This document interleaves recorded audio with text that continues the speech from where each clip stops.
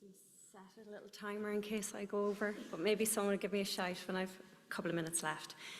Thank you very much. It's really lovely to be here today and to see so many familiar faces and some people that I don't know yet either. My name's Annette. I'm the clinical psychologist working in the National M&D team in Beaumont. And thank you to the IMNDA for having me here to speak today. It really is a pleasure. Katrina said there that she didn't know what to say following Peter. I don't know what to say now following you, Katrina. I actually can feel the emotion in my voice just listening to you and listening to your experience of motor neurone disease. And that's what I would say here today, is that everything that I have learned about this disease comes from the collective experience of you here today. You are the experts. You are the people living with the impact of this. I've been in the job, I've had the job 3 years, but a year of that was on maternity leave. So really, I've only been in the job 2 years. And you were just speaking just this morning, like every day I do learn something new. And the psychological impact of motor neurone disease is probably one of the most hidden aspects of motor neurone disease in my experience. It's something that is not visible. It's something that in many areas is not really funded. And actually, I'm very privileged and lucky, and it's down to Professor Hardiman that we have this post in Ireland. We just were speaking with a colleague in Northern Ireland where they don't have that post yet. And I suppose what I'm coming here today to speak about is the emotional impact of your lived experience. It is a significant part of my work. Another part of my work that I won't be speaking about today is working with the cognitive and behavioural impact of this disease and the neuropsychology piece, and I just don't have time, unfortunately, to do both today. But if anyone wants to speak to me, I'll be around for the rest of the day, and I'm very happy to talk to you about that. So my personal motivation really for coming here is people asking me these questions when I meet them, when I work with them, and in my sessions. Like, is there anyone else out there experiencing this emotion, or is this normal, and does anyone else cope in this way? And the answer to all of those questions is yes. There is no right or wrong way to cope with motor neurone disease.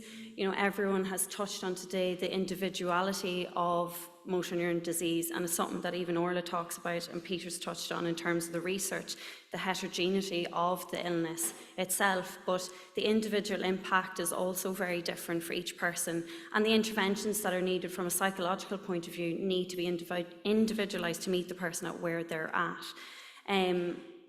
I'm hoping today and later on, you know, that if people are around, we'll be doing the workshop together, that collectively we can come together, that, like Katrina's mentioned, you're not alone, and that actually that people sometimes do feel isolated in perhaps the emotions that they're experiencing. But if we can spend time talking and connecting over a cup of tea, that actually that isolation, we can hopefully reduce that. And days like today really are very important for that. So I use this picture a lot in work that I've done previously, and when I came into the job, I hadn't worked in neurology before, and you come in with a set of assumptions and beliefs and previous experiences that you think maybe I'm going to be this person on the bike going to where I want to be and everything's going to go to plan, when the reality is actually things are very different and every day is different. And there's times when, as a professional, I probably feel a bit lost and confused and helpless, but there's times when I feel confident and I know what I'm doing. And actually, I think that sometimes can mirror a diagnosis of motor neurone disease. For many people, you might have already experienced loss in your life before this illness came into your life, but for some people you might not have. And we might have been going through life, living it in a way with a set of assumptions that help us live life in a very safe way, but actually throws us from the top picture down to the bottom picture very quickly, and dealing with a lot of unpredictability, a lot of challenges, and a lot of uncertainty. Uncertainty is the word of all of my sessions. I haven't met a person living with motor neurone disease who hasn't mentioned that word to me.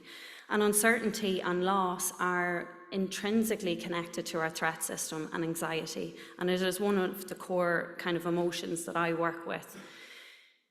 There's a concept in trauma literature that I use, I suppose, sometimes to try and help me scaffold the way that I think about this illness, and it's around the shattered assumptions.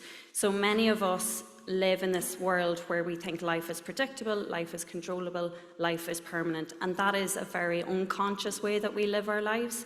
You know, we think, like this morning I got up, I just assumed there'd be no traffic on the M50, I assumed my daughter would go to childcare and I'd get here on time, and thank God that did happen. But I could have woken up and she could have been sick, there could have been a massive crash on the M1 and I could have been late. But we have to kind of live life with the assumptions that help us move through life actually in a way that just makes it easy to navigate. But a diagnosis from the word, it's even Katrina has mentioned it, like from the moment it enters into your life, and she used the word loss, it's a loss. And Sheila Carney was a PhD student who did some work in Trinity and with Orla and my colleague Niall Pender around families living with motor neuron disease. And it's a loss for the individual, but it's also a loss for the system as well. It's a loss for the people living with that, or the family members living with that as well. And perhaps it's a loss of the things you had planned in your life or the future that you had imagined. Post-diagnosis, what I would notice is it can be quite an overwhelming period. It can be really busy as well. We like to give you loads of support, so you might have loads of appointments, you might be meeting loads of different people, a lot of people might be contacting you.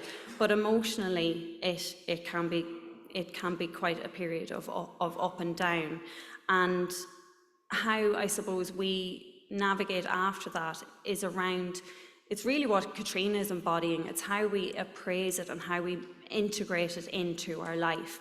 And the example of even you all being here today is an example of how you have made a commitment to making the effort to coming here, or if there's people joining us online, the energy, the planning, the organisation that you've had to do in order to make it here today. And that shows the commitment, I suppose, to the way that you are already coping with this diagnosis. But I suppose in my role, a lot of what I'm working with is loss.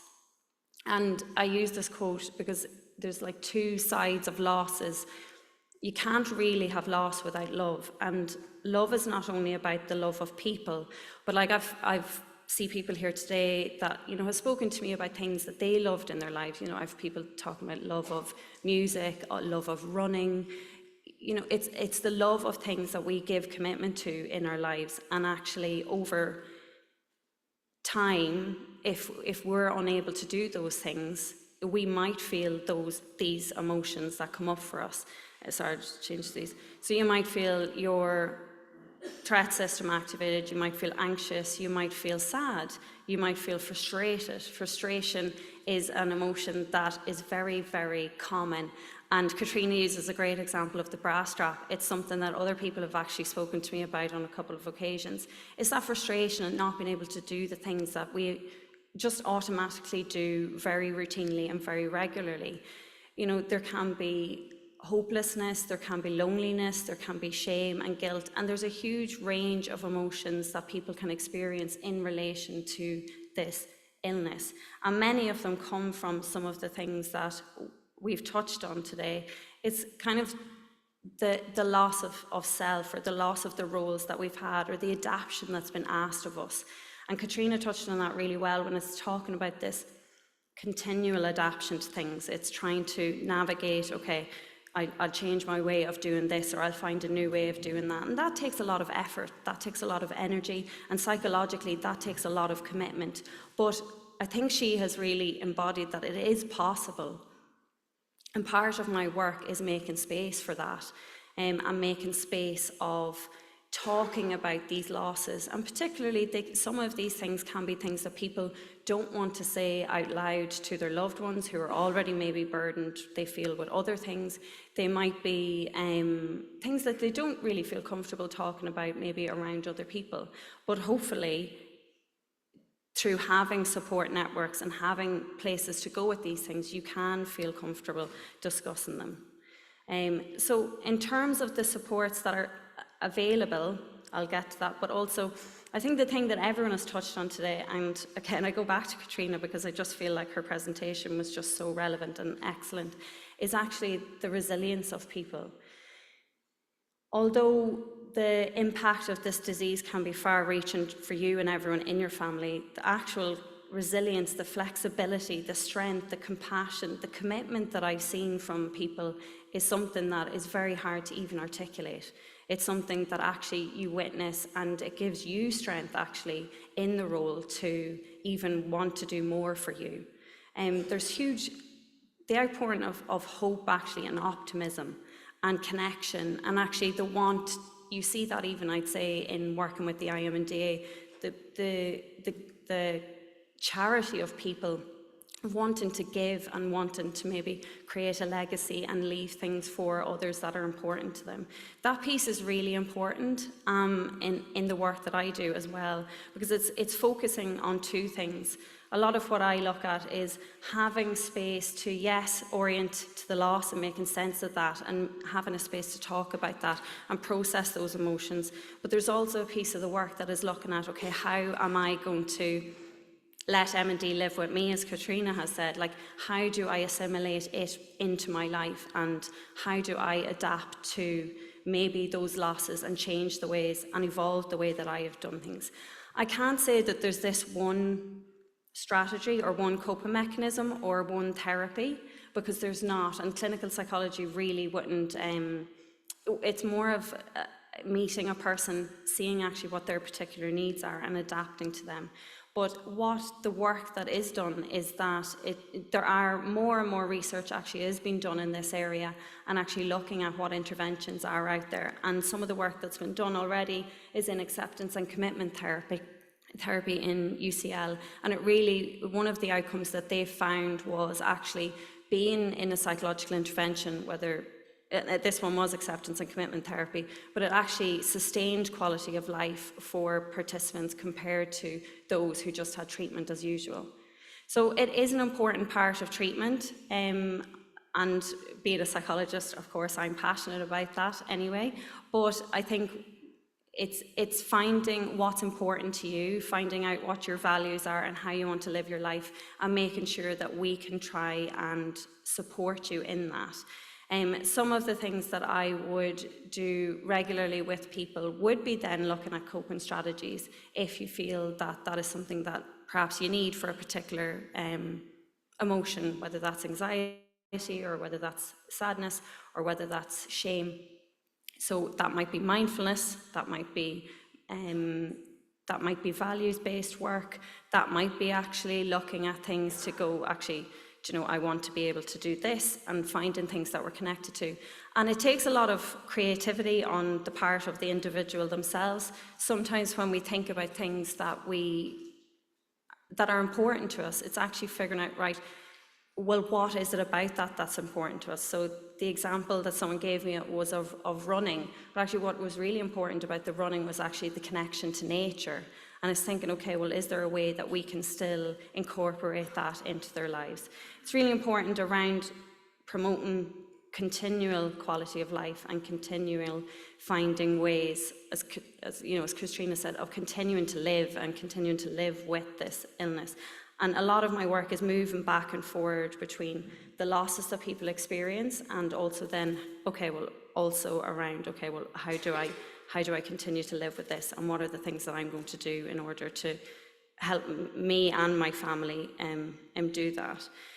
In terms of the supports that are available, you know, there are lots of things that are funded through the IMNDA, as Katrina has mentioned. So there's the counselling, there's the holistic therapies grant, which people can use for, I think, things like relaxation or massage, or I've had people use it for art therapy and for music therapy.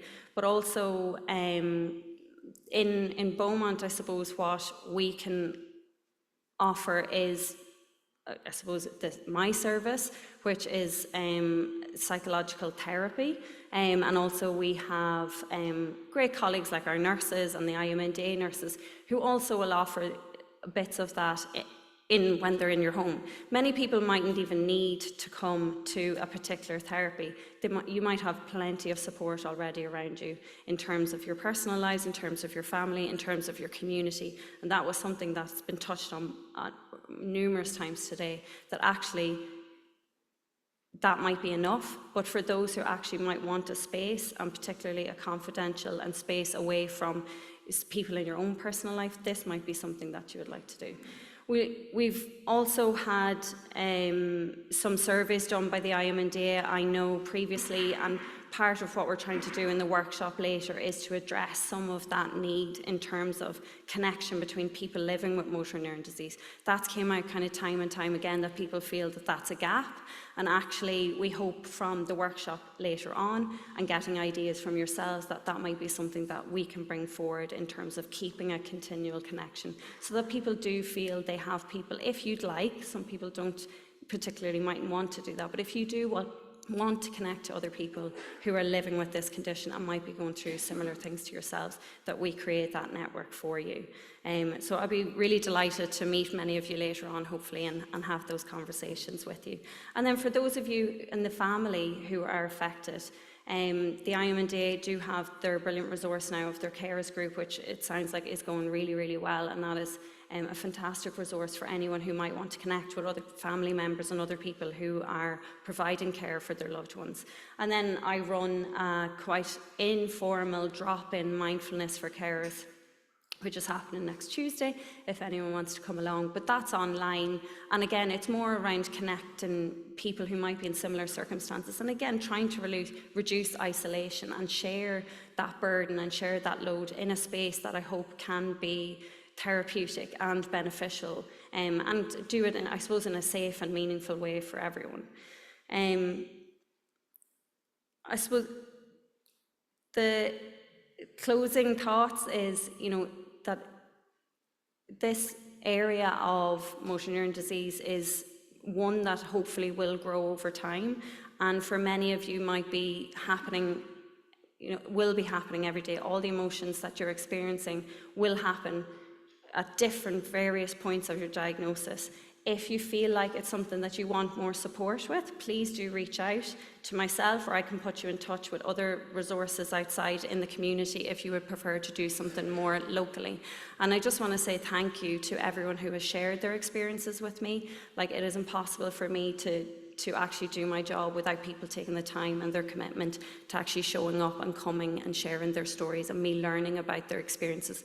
And by sharing those experiences together, I hope that we will be able to evolve and create more tailored interventions that will be beneficial for you and for your families. And thank you.